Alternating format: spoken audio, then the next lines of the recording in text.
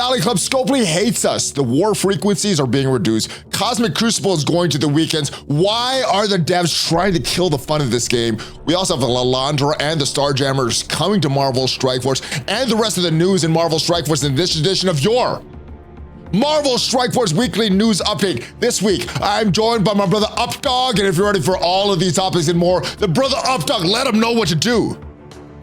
Let's get ready to smash it. Oh yeah, welcome back to the ValleyFlyin channel. I am ValleyFlyin. This is Updog, and this is your Marvel Strike Force Weekly News Update. We do this every single week, keeping you updated on everything that has happened and is upcoming in Marvel Strike Force. And if you haven't done so already, hit that subscribe button for even more Marvel Strike Force content, at least 5 Marvel Strike Force videos. And if you get some value from this video, hit that like button.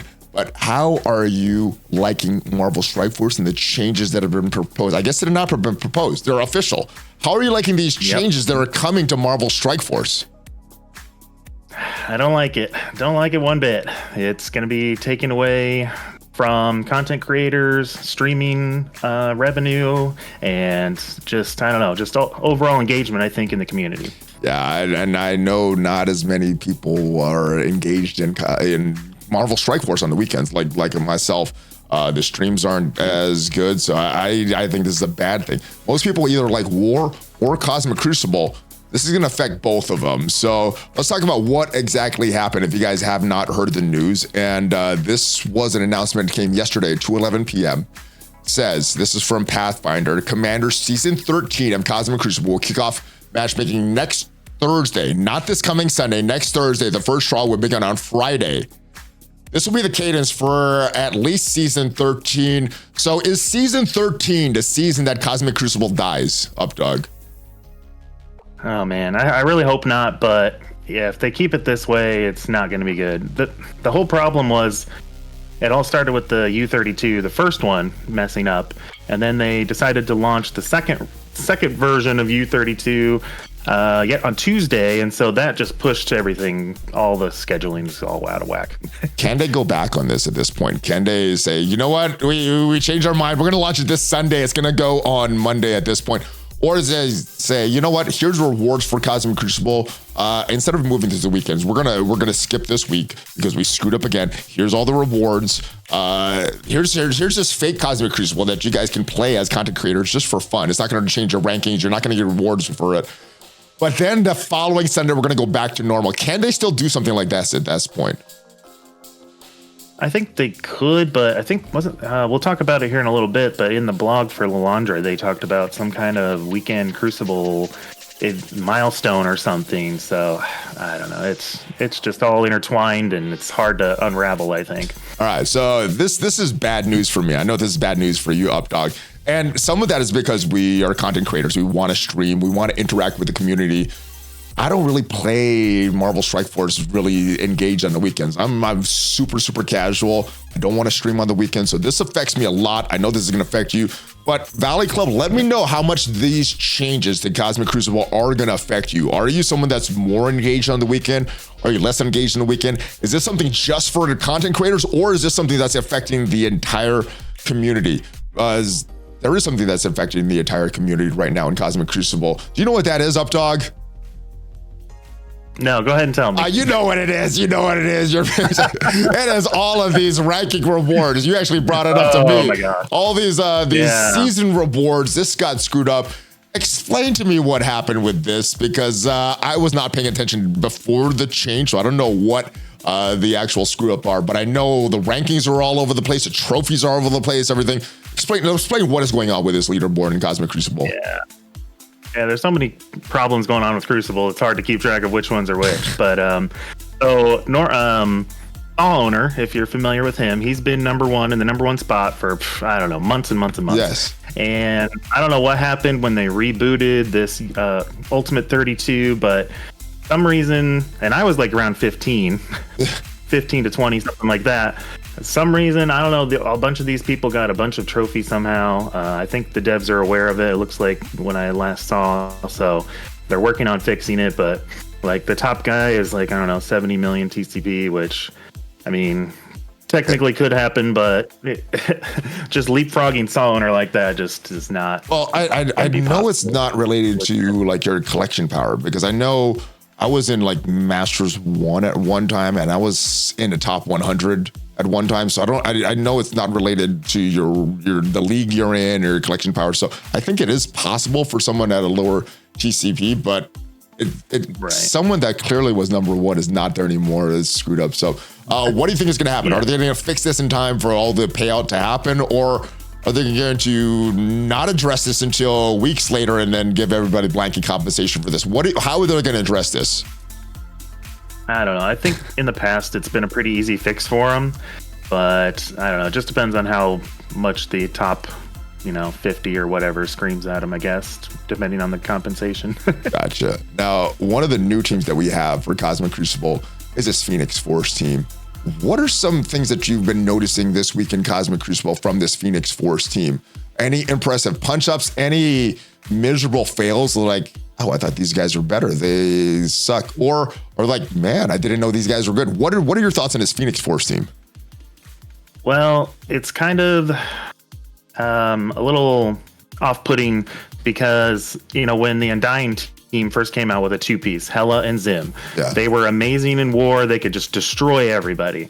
And I think the misconception with everybody is they thought that would be the case with this team. Well, that's not. This team needs some extra big plug-and-play characters to really do well. And, I've one-shot an Odin Illuminati team, even with like a Pretaunt in there as well, but you need like a APOC and a Black Knight, and I can't remember. Then it screws up your other rooms. Then it screws up your other rooms, because you like some characters that you need, you can take out that team, but then what about the other two rooms? Now, let me go back to what you mentioned about Hela and Zim. They were very, very powerful. These guys aren't as powerful, aren't able to take on meta. Do you think that it's proper that they aren't as strong as Undying and Hela? I mean, was Hela and Zim actually too powerful? Is this like how they were supposed to be, and Hela and Zim was a mess up? Well, I think the devs think that Hela and Zim were too powerful when they first came out, but this being an epic character, I would expect a little bit more personally. Okay. If you bought stars on this character, it was nice that they gave us the 4 yellow from completing the tower. That was great. Yeah. But if you bought extra stars, I would expect him to be a lot more powerful. Did you buy extra stars? I did. I got to the 5 yellow. Okay. And has that made, or I guess, do you think that has made a difference? I guess since you haven't had the 4 to compare, is 5, do you think it's made a difference for your attacks and what you've been able to accomplish in Cosmic Crucible? Maybe a little bit. He survives a little better, and then I've gotten that 105 milestone. I've gotten the 3rd red star so far. Okay. So you're pushing it, brother. You're pushing it. I'm pushing a little, but I'm not pushing too far yet. But we'll see how it goes once we get 5 red or so. All right, now what is the best use case in your opinion? Is it that Odin Illuminati team? Is it something else? If we look at what I did today, I used it on this room right here. Mephisto, Apocalypse, Kahori, Shadow King, and Miss Marvel Classic. I did that after 2 sacrifices, and these guys totally wiped them out.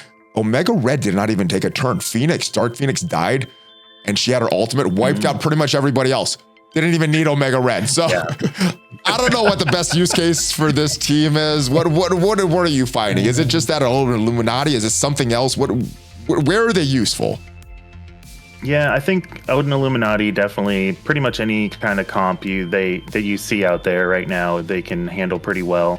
And then certain Mephisto teams, obviously not the one that you're running into. I did a 2-sack. I did a 2-sack, and then they totally wiped it out after that.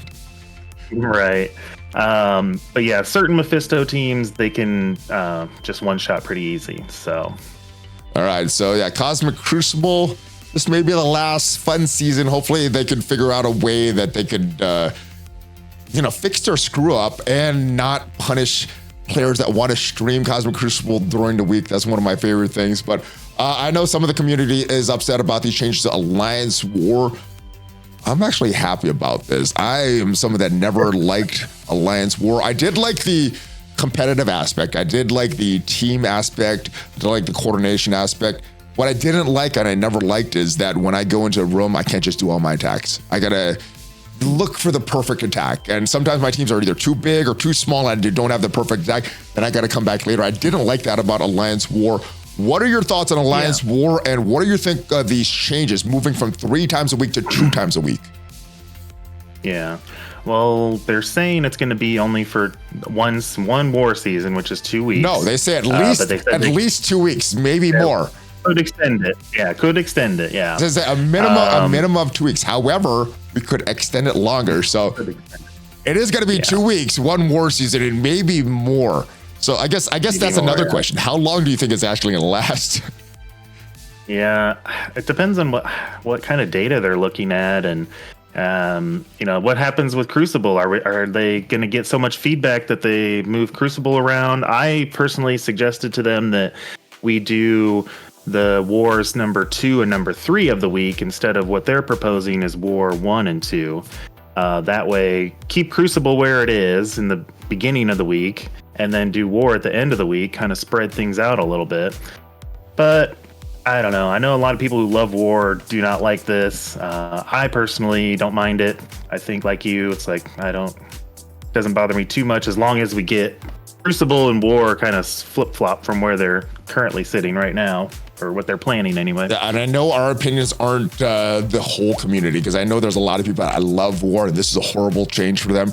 If you love war, let me know down in the comments why this is a bad change for you. Now, what it looks like what you said, they're going to keep the first 2 wars. They're removing the weekend war, and they're moving Crucible the weekend, which for me is exactly opposite of how I like to play. I don't like war. I do like Crucible, and now they're moving this to they're moving the thing that I don't care about to the week, and the thing that I do care about to the weekend. What else can they do? Can they change this as well? I think this is a good thing, but what can they do to change this? Can they maybe, like you said, move the weekend wars move wars to the weekend and keep Cosmic Crucible during the week? Is there anything else that they could do to mitigate some of the anger that I have right now? I don't know. I mean, what if they only did 1 war, Valley? Would you like that? Oh, I'd love that. But what about my Cosmic Crucible? I'm more concerned about I'll do 4 wars if it means I get my Cosmic Crucible back. Yeah, I mean, with how they have this milestone coming up for the weekend Crucible, they just really need to reassess all of the community feedback, whether it's from Twitch or Reddit or whatever, and try to make things better. Now, the team that we have going on right now, or the team that they're marketing right now, is this new Liberty team. How effective marketing is this announcement right before Peggy Carter was announced or was released in the game to say, you know what, war is not as important for you, but buy the next war team? How effective marketing is that, Updog? Yeah. Oh my gosh, that was crazy. That was probably the craziest thing about everything that's been going on. It's like, hey, here's another new war team. By the way, it's like the 3rd or 4th war team in a row we've had, and we're gonna cancel 1 war a week. So, oh my gosh, it's just a complete disaster. How much has this affected the Liberty team in general? Just less wars. How much has it affected value of Liberty team? Reducing it by 33%. Yep. I mean, the people I've talked to, like before this announcement, they were like, all right, cool. I want to get the Liberty team. I'm going to core for them, or I want to get them early because this team looks great. But now after this announcement, a lot of people I'm hearing is like, I'm just going to pass on the team. It's not going to be worth it. And I guess there's not a lot of reason if you're really into Crucible as well, because it's going to be on the weekends. And unless you like playing on the weekends, maybe I'm the minority and I don't like the weekends. Maybe everybody likes playing on the weekends better. All right, but what do you think of this performance at the Liberty team? You got to try them on the test server, and man, I found that they beat pretty much everything except for Infestation. Was that your experience as well? Yeah, ironically enough, it's weird that Infestation, they just have that mechanic that takes away the energy and stuff with Big Time Spider-Man. Odin, but yeah, everything else. Screw Odin, screw Mephisto. These guys wipe them out. But Big Time Spider-Man, 1 turn and his team is totally wrecked. Yeah, it's pretty crazy that they can beat Mephisto teams, Odin teams, any team really, except for that A-Force, everything, except for Big Time Spider-Man. All right, so what is the best use case for this team outside of war? Is there any justification for building this team now? If you're not liking war, or you're like they just reduced the value of this team by 33%. Yeah, honestly, if you're not big into war, then I would just get it free to play. However that plan's going to play out, we don't even know really how we're going to get them free to play yet. Cap Sam with his boosted stats and everything, he's sort of boosted and then reduced, or boosted too much and then reduced the proper that fool people. Right? Yeah, but he's still going to be a good plug and play character. So I don't know. I would just kind of naturally unlock him, I guess, the new ones anyway. All right, and I know some envoys were talking about Ultimus working well with this team. Who gets dropped if Ultimus is on this team? Personally, I think Patriot gets dropped. Patriot? Yeah, probably Patriot or War Machine. Patriot or War Machine. So older character or a new character gets dropped before an older character? Yeah, because War Machine. So the whole thing with Ultimus is, he gets a lot of speed bar when the enemies get taunts. Yes. And Patriot doesn't really put out taunts that much, like War Machine does. Okay. So it's kind of a toss up, but yeah, Ultimus can really go zoom. All right, now let's talk about the character that was just released, Peggy Carter. Not sure what the sales are going to be now that war is reduced to 2 times a week. But what are your thoughts on Peggy Carter? What do you think of this character as a standalone character? What do you think of this character on the team? And does she have any value as a standalone character on maybe some hybrid teams outside of war? Yeah, she's pretty fast. She has like a stun and some other. She has like every single ability. Even her passive puts out slow out there, so that's always pretty powerful in itself. But I think she's probably, her and the Falcon Joaquin, they're probably like the 2 key characters of the team. But yeah, I don't know, she might have some plug and play, but I don't see too much. She's a good war character. She's a good Liberty character. Yeah, that's about it. Yep. That's about it. Yep. All right. Now, you were talking about the release method of her. Obviously, there's a bunch of offers going on right now, but there was one big offer missing. What is the big offer that people kind of got used to for these new character releases? Yeah, a lot of that path to Peggy Carter orb there in the very far left. Trash orb? The trash orb? Yeah, the trash orb. Actually, a lot of people that I have talked to me anyway, they like these offers, and because they're cheap and you have a chance to possibly get a big drop and get an early unlock for a lot cheaper. Now, my theory is they didn't put these offers out at first just because people have been getting really lucky with those pulls, but supposedly they're coming. Those kind of offers for these orbs are coming, and we don't know how else we're going to be able to get these orbs for free to play. So could it be the other way around though? People did get lucky. I got lucky with some of the free ones, but I didn't get lucky with the ones that I bought. So what were they selling too little? Do you think it could be on the flip side, or they were just too good? I personally think they were pretty good because I would buy $20 offer, and then I would just use my cores to finish off the unlock, and then boom, I'd have a pretty easy unlock. Yeah, I guess I haven't bought a character for a while, but then I got Hercules, and I spent maybe $30 instead of $50 for the unlock. So I guess what you're saying is correct from my experience, but these orbs suck. Let me know what your thoughts are, Valley Club. Are you happy that these are not here, or are you not as happy that they're gone? Because war, it makes a difference. And speaking of war, we got some new war rules, and we got some interesting global rules because it doesn't just affect one team. Normally it's trying to affect a team, the most recent war team that you're trying to sell. We got a lot of teams here. So attacking teams, Avengers.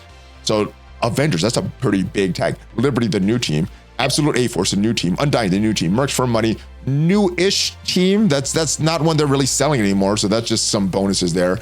And then defensive bonuses, Annihilators, Astro, Illuminati, X-Men, and Infestation. Do you think that the Infestation will still be tough for the Liberty once these bonuses go away?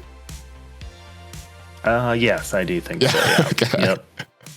In that testing, everything was all 7 red. Liberty was 7 red. Infestation 7 red. So, yeah, I think they'll still be tough. All right, now what do you think of this mechanic here? When using one of the following full defending teams, you're getting 30% primary stats: Annihilators, Illuminati, X-Men, Infestation. But just using these characters, you get when attacking Avengers, Liberty, Absolute, A-Force, Undying Mercs for money, you're getting those primary stats. So interesting. Some you need the full 5-piece, some you just getting the bonuses when you're attacking. What do you think of this new mechanic? This is something different that they've tried in war rules. Yeah, I wish it was. You didn't have to have the full team, because I think that's for defense. You have to have the full team to get the extra bonus stats. I don't like that. I don't like being told how to play my game. You don't want to place Ultimus and Silver Surfer on defense? You don't want to have the option to use Ultimus with your Liberty team?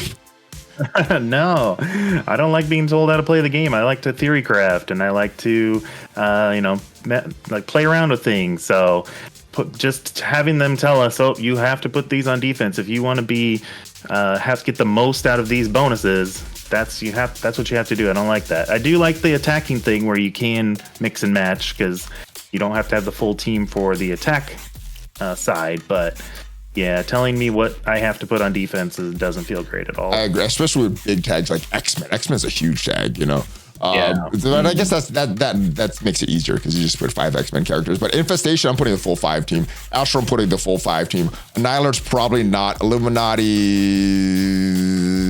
I'm not sure if I'm going to use them on offense or defense. Maybe defense this season, just because the bonuses at the end. Yeah. All right. Any interesting rules stand out to you? Lots of extra skill bonuses. Really looks to lean into that Liberty. Anything stand out to you, though, for these new rules?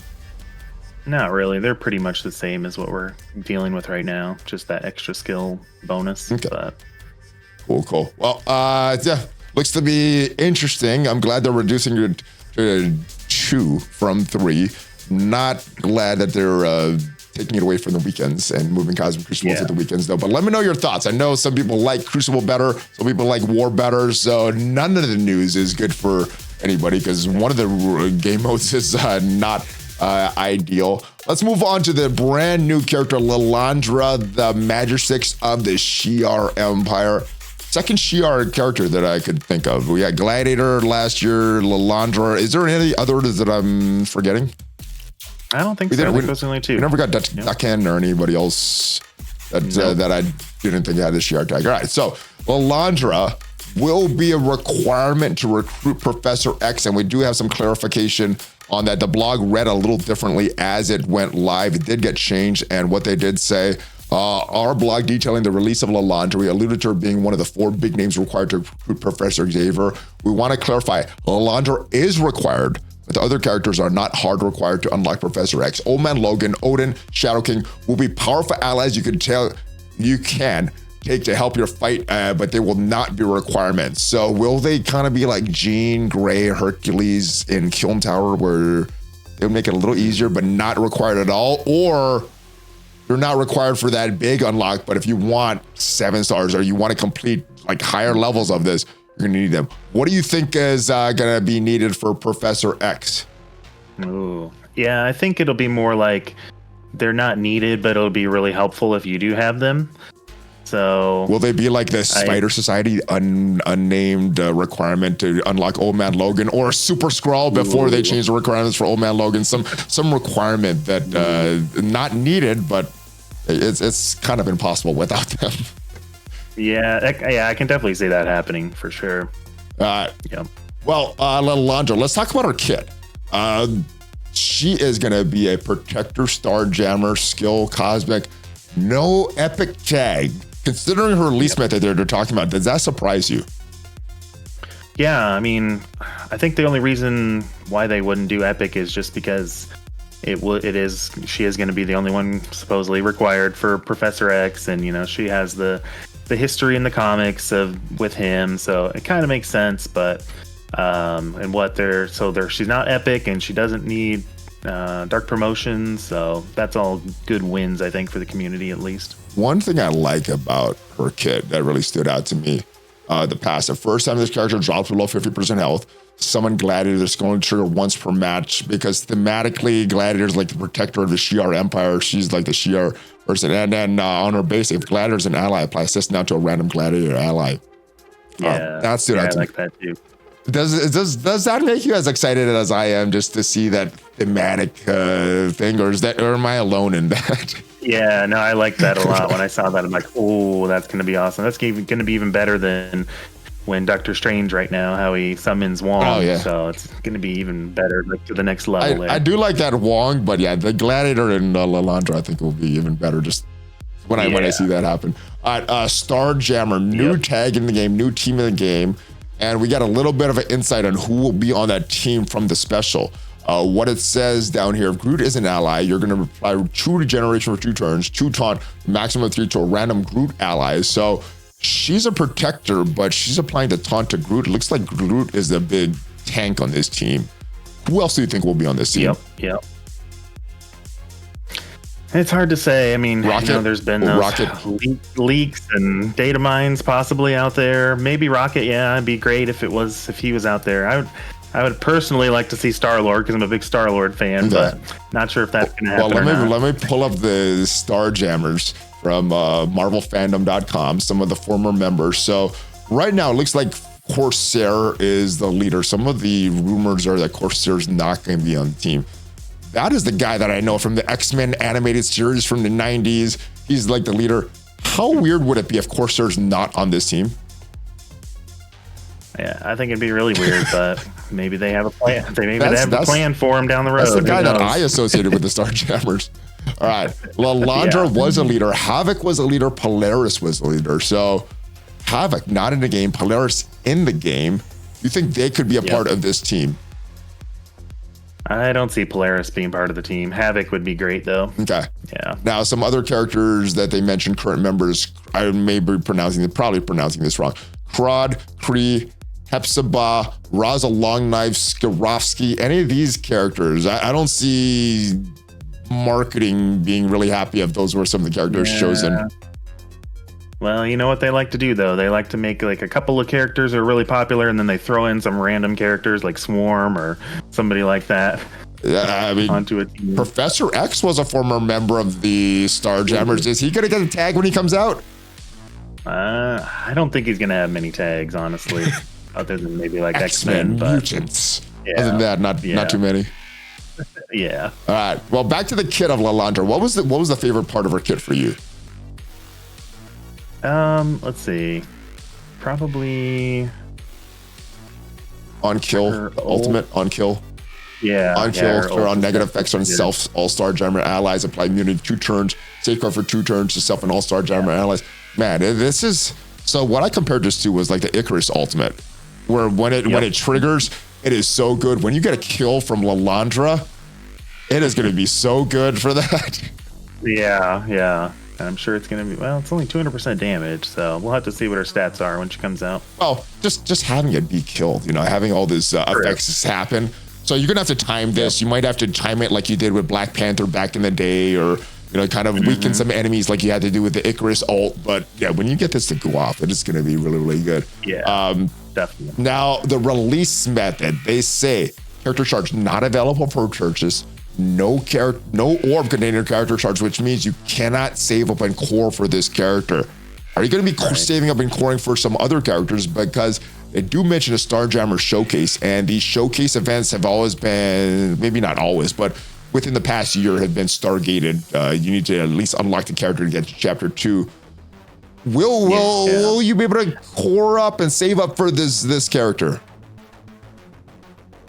Well, yeah, Lilandra doesn't look like we'll be able to use cores, but yeah, I'm definitely saving cores for whoever else is on the team. So yeah, I'm kind of excited about it, especially since I'm big into Crucible. So all right, save your cores, not for Lilandra, but for the other members of Starjammer for whatever this showcase event is going to be, because they usually are Stargated. Now, as far as offers, they say no offers available for purchase. When do you think we will get offers? Because they talk about this event. Will it be when Xavier is released? That's when we're going to get some offers for her?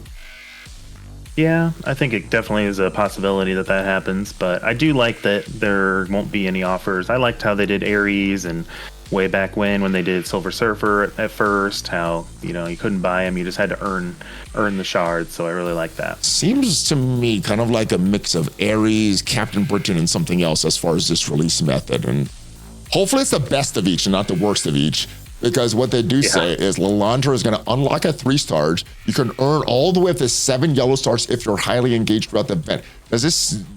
How did you interpret this highly engaged? I thought this was because of the showcase event. If you're going to spend a lot of money throughout the event, you could get up to 7 stars, but if you're not, you can only get 3 stars. Is that how you interpret it as well? Or are they going to make it so that if you're highly engaged through gameplay, not through wallet spending, that you can still get that 7-star unlock? Yeah, I wish they were more clear about that, but like, yeah. It's on purpose though. It's on purpose though, Updog. Yeah.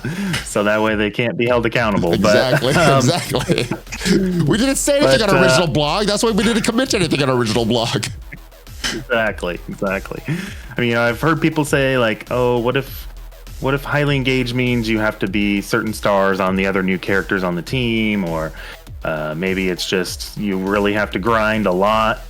And, you know, if you just do average participation, you'll get maybe up to 5 yellow. And if you really grind, you'll get to 7, which I hope that's kind of the case. But so if you really grind, you could get a 5-star Professor X. Is that how you're leading it? Is it going to be a star per star requirements or what?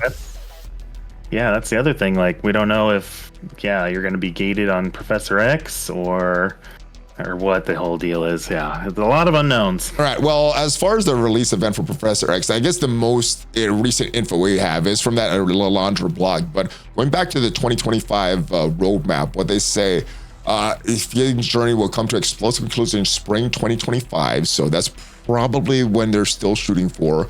Now, what they say about the release method, 60 plus missions, increasing difficulties, each with various trait requirements. We do know from the blog from yesterday, Lilandra will be part of those requirements, and the details may evolve as they near the conclusion of Age of X. So what will the involvement of Lilandra be? And if we only get like a 3-star release of Lilandra or 5-star, does that limit the stars that we can get for Professor X? What do you think is going on with this? To me, you know, originally they said it was going to be Dark Dimension, right? Well, this kind of sounds more like an Apoc Saga type thing where, you know, you have to have certain traits and go, you know, all the way through. 60 missions is crazy.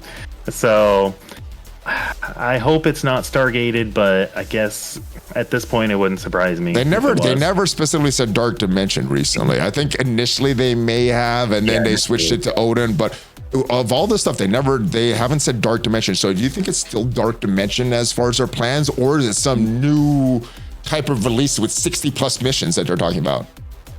Yeah, I think, originally they did say Dark Dimension, but looking at this and what they came out with yesterday, it looks like it's some other sort of, maybe kind of like a showcase event type thing. Is that a good thing or a bad thing? I mean, what do you think the requirements will be? Because I think a lot of people were assuming purple ISO 8 level 4, level 5, or maybe gear tier 20. What do you think the requirements will be to enter whatever this is? I think it'll probably be at least purple 3 ISO and then gear 20 would be my guess. Gear tier 20, okay. Yeah. All right, let me know your guesses down below, Valley Club. We got, at least according to this blog, spring of 2025 to get prepared. So Professor X coming sometime. We don't know if it's going to be Dark Dimension 9 or something else, but what we do have going on right now is our month-long milestone event. This is all related to Hercules. What do you think of the selection of the character for this month-long milestone event? Do you think Hercules was a good choice, or it should have been a more newer character, maybe a Liberty member? Do you like that it's one of the Uncanny X-Men for this event? I like that it was Hercules because, I don't know, I went more free to play with him, so I didn't really buy any offers for him, so it's nice that we're getting more shards. And, you know, especially since we're using him in war and in raids, I think it's a good character. I like this character. I like the character model of this guy. One thing that I did notice with these milestones, we have these main milestone events, these quick rumble blitzes, these alliance milestones, and these web milestones, heavy shoes to fill. And one thing I do like about this is previously, all through January, we had these web milestones associated with the showcase event.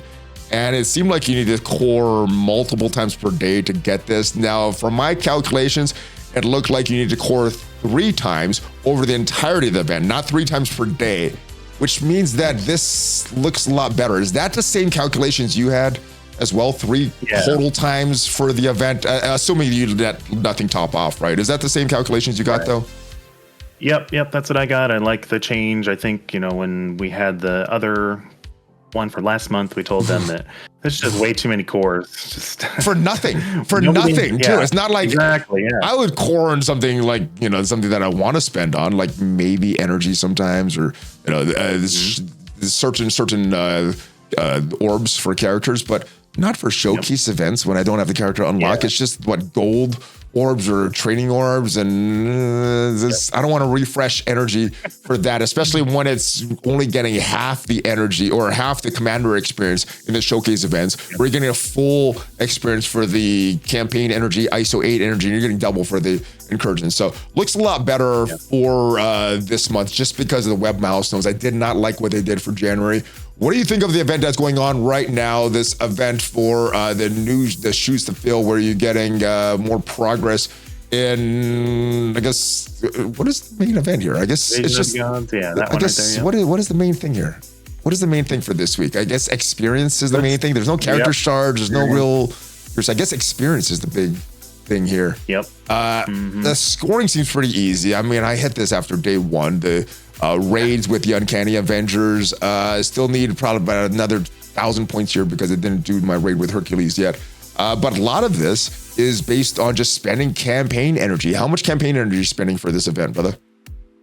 Just my normal 4 times 50 cores for the yellow energy. You're not spending extra just because the extra commander experience, get to Commander 105 a little faster, plus getting some points for this event. There's no leaderboard for it, but maybe get you to 95 faster. Yeah.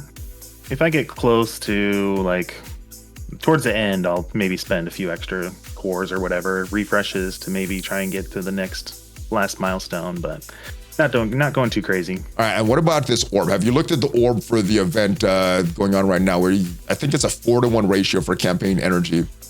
Did you like the contents of this orb? Let me find it real quick. What is it even called? Olympian raid orb. Here is it. All right, so this is what's in it. We get some drops of some Uncanny Avengers. We have also Hercules and Jean Grey. Those are good drops. Your center pillar, common drops. You have some Night Stalkers, which are not they're sort of farmable. They're harder to farm. They just recently made farmable. And then the right pillar, what do we got here? We have training mats and gold. Okay. What do you think of this orb? Yeah, it's all right. It seems like we have a new orb every single week. So I did get some Gene shards. That was nice. I haven't got any Hercules yet out of those. But all right, I'm gonna open 6. Let's see what I get here. That'll form my entire opinion of this orb. I got 10 Hercules shards. That's not the worst. I got some Oath. That's not the easiest to farm in that Crucible and War store and everything. She's Crucible. One is Crucible, one is War. Oath and Blade are one of each. Not easy to farm. So I guess it's not the worst orb. What is this Black Cat Envious Sin orb? You're getting some points for the event. You're getting that costume. You're getting some gold. You're getting some Dark Diamond credits. What are they selling that for? $20? $10? I forgot to look. What is it worth it for you? What is it worth to you? What would it be worth for me? It's $15 is what they're selling it for. $15. Yeah. I don't know. I already have the costume, so it's just basically the gold and the points for the event. Yeah. All right. So I don't know. I think it'd be worth $10 for me. $10. Cool. All right, so that's about it for what happened this week. But let's talk about what is coming up. Maybe not next week, but coming up very soon. And we got some data mines for Battleworld. So we know it's coming back sometime. The latest blog post about Battleworld said that it's coming back sometime between the end of January and early February. Well, probably towards early February now that we're in February, because January came and went. All right, so what did it take about the requirements though? Global and Hero, and then the Herald mission will go at Global and Villain. City and Villain, and the Herald mission will feature City and Hero. Cosmic and Hero, Herald missions, Cosmic and Villain. Elite mission, Astral or Spider Society. Elite mission, Astral or Extreme X-Men. What they did say about the Battle World is that it's going to be a monthly event, 3-day siege, 4 total zones. Each zone 3 to 5 missions. So better. What did you think of this when you saw this announcement that Battleworld would be reduced as far as the time and the actual amount of zones that you have to do? So you don't have to wait as many days before you get to that null boss fight. Yeah. I think they took all the community feedback and really listened and really made all these changes. You know, they were super excited to roll this out. They rolled it out a little bit too soon with some of the bugs they had, but I'm glad it's a monthly thing. I'm glad they shortened the amount of days and the number of missions too. I'm going to push back on you. They released it too soon, Updog, because we were at a conference over a year ago. It was what, maybe November, December. They said we got this new thing, Battleworld, coming out. Well, I thought it was coming out within a few months. We didn't get it till like December of the following year, which is over a year that they were working on this. So I don't know what got screwed up so bad that they had to release it in the state that it was released in, but it was not fun. There's not a lot of gameplay. What is going to be added by this? Is it going to be tougher missions? I know the low quality screen time will be reduced because it was pretty much just auto for me, even in the hard days, you know, and even if I didn't do all the waves, auto would get most of the waves and our alliance would get to that null boss fight. I think the big thing that I see here is no special missions, which wasn't necessarily a bad thing, but when they launched Battleworld, all our milestone events were tied to those special missions. So we had to do those special missions and we didn't get any Battleworld stuff for it, just for those milestones. So I think that's a good thing. What are the biggest changes that you see here? Yeah, not having that Spec Ops looks like it's going to be a big improvement too. And then just the number of days, it looks like it's going to be a lot less work since I'm an alliance leader and working with my Battleworld captain, looks like it's gonna be a lot less work there too. So all around it looks, as long as we get the bugs fixed out too, then I think it'll be great. So you said you're alliance leader. Were you happy when Battleworld went away, now that you don't have to do all the extra work? Or were you just thinking as a player, like, where's all my resources? I want all my resources. I didn't mind the work because my Battleworld captain did a really great job of looking at everybody's roster and everything. But I really missed the rewards. Like they said we were supposed to be getting, Battleworld credits. We did get some, but we didn't get nearly as much as we were getting as when we were playing. Well, they said they would give us more Battleworld, and I think they gave it once through like one event, and that's it. And then they never gave it out again. So I was like, I thought this was supposed to be a consistent thing. I mean, I'm kind of hesitant to buy these two characters right now, Emma and Ancient One, to the store right now, because like I don't know when I'm going to get currency again. Maybe there's somebody more valuable that I want instead of these two characters. And these are Battleworld characters. Why do I want to build a Battleworld characters when there's no Battleworld? So it's kind of a weird situation with the store. But as far as this data mine, we know some of the missions, or at least the data mine missions of what may not come to the game, but at least what the devs were thinking of at one time, which is what data mines are. Does this change any of what you're working on right now, building up for maybe the race to 105? Are you building up any characters based on these requirements, or are you just going to see how difficult it is because maybe you can still auto through it? Yeah, I'm just going to wait and see what happens. That's what I always recommend people to do, like especially with data mines, is just wait until it's official. Wait till you play it through, see if you need to build up some of your characters, but I never am a fan of building up ahead of time, especially with data mines concerned. So this is a game of resource management, and you got to use your resources wisely. Sometimes it's wise to go super far in advance, but if the data is just data mines, the data could be changed. Sometimes it's not going that far in advance. It's not beneficial to go that far in advance. Now, as far as this battle pass, Medusa, does this change anything for you as far as the battle passes? I mean, I'll probably still buy it because I'm not maxed on Medusa yet, so it's still pretty good value. Cool. All right. I think we talked about everything, right? Yeah. So that's it for this week, and I guess that's it for our Crucible streams. Updog, what are you going to do next week? We got no Crucible to talk about next week. We got no Crucible stream next week. Are you going to stream next week, or does this retire you from streaming? I guess I'll just make some infographics on stream or something. It sounds like really exciting stuff, doesn't it? Yeah, thanks for trying to kill your community, Scopely. I mean, you're doing a really good job of it. with these changes. Hopefully you listen. Hopefully you take some of this feedback, and so hopefully there is time to change some of these things back. Any other final thoughts, brother Updog?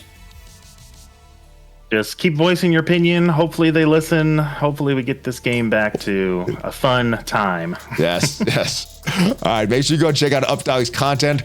His channel links and everything is going to be down below. And if you got some value from this video, leave it a like. It is free for you. And if you want to check out what are the only 10 teams you need to win in Marvel Strike Force today, check out the video up there, and I'll see you guys next time. Have a great rest of your day. Hulk fist bump. ValleyFlyin and Updog out.